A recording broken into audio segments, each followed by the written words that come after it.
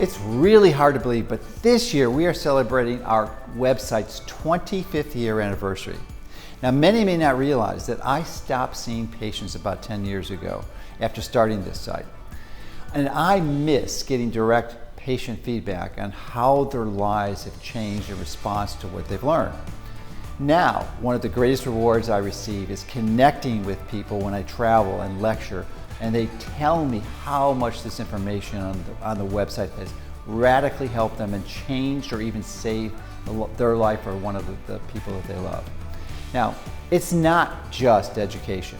We've made amazing progress supporting our 4 nonprofit partners. And this is only possible through your support of the products we sell. I believe our free and widely accessible information on health has contributed to many people finally understanding how optimal health is achieved. Who would have believed a decade ago that we would witness the end of mercury silver fillings being used in dentistry, not just in the United States, but across the world? I can't thank you enough for partnering with me on this journey, and I'd like to share something with you that as to why I had to remove over 15,000 pages of content last year. The authoritarian administrations in the United States, Canada, Australia, New Zealand, the EU, and China over the past 2 years have partnered with the drug companies, World Health Organization, and Economic Forum to implement surveillance systems, mandates, lockdowns, and pervasive censorship. This global cabal wants to control every area of your life. Finances through digital IDs and eventually CBDCs, food through patented synthetics and ultra processing, and raw materials. They are intentionally breaking down supply chains and creating massive shortages. Now, sadly, technology is their strong ally and has been used to hypnotize the masses. Controlling information was what allows the global cabal to create this deception, sow confusion, and breed fear. These polarizing tactics have been disastrously effective. These totalitarian regimes justify all the suffering they create and all the sacrifices they require as a noble goal to build a sustainable and inclusive environment so they can build back better. My hope is that it has been more than obvious that my goal throughout these challenging times has been to do everything I can to help you and your family take control of your health. I have been criticized over the years by some of my readers for disparaging the World Health Organization, the CDC, the FDA, and even Bill Gates. But the only way to preserve your health is through independence from these authoritarians. If we do not have free speech, we lose the ability to navigate to optimal health.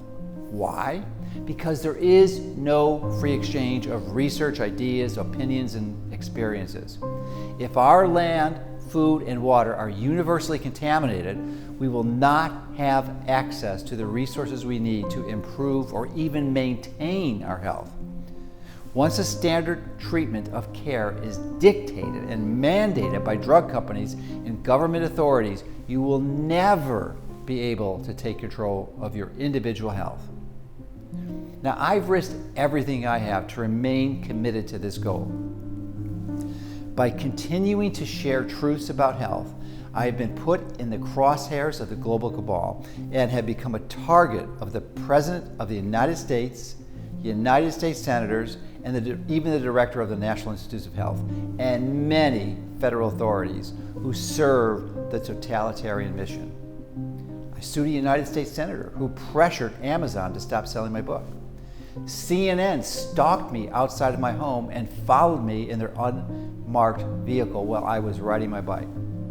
The New York Times used a debunked report to brand my message as the leading voice of COVID misinformation. Now, YouTube banned my account without even a warning, erasing 15 years of interviews with health experts from all over the world. These videos represented tens of thousands of hours of work and have had tens of millions of views.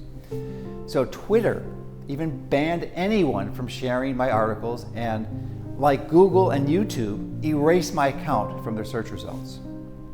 PayPal banned the accounts of our nonprofit partners in the same week.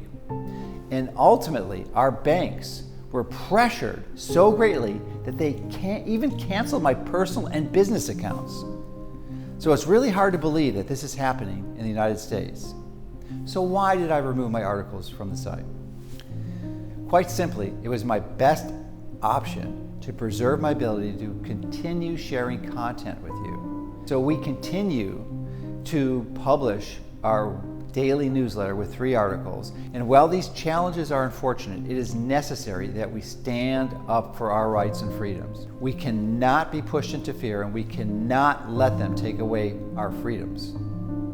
Together, we need to take a stand. We must be very careful not to sacrifice our freedom in exchange for a false sense of safety and security.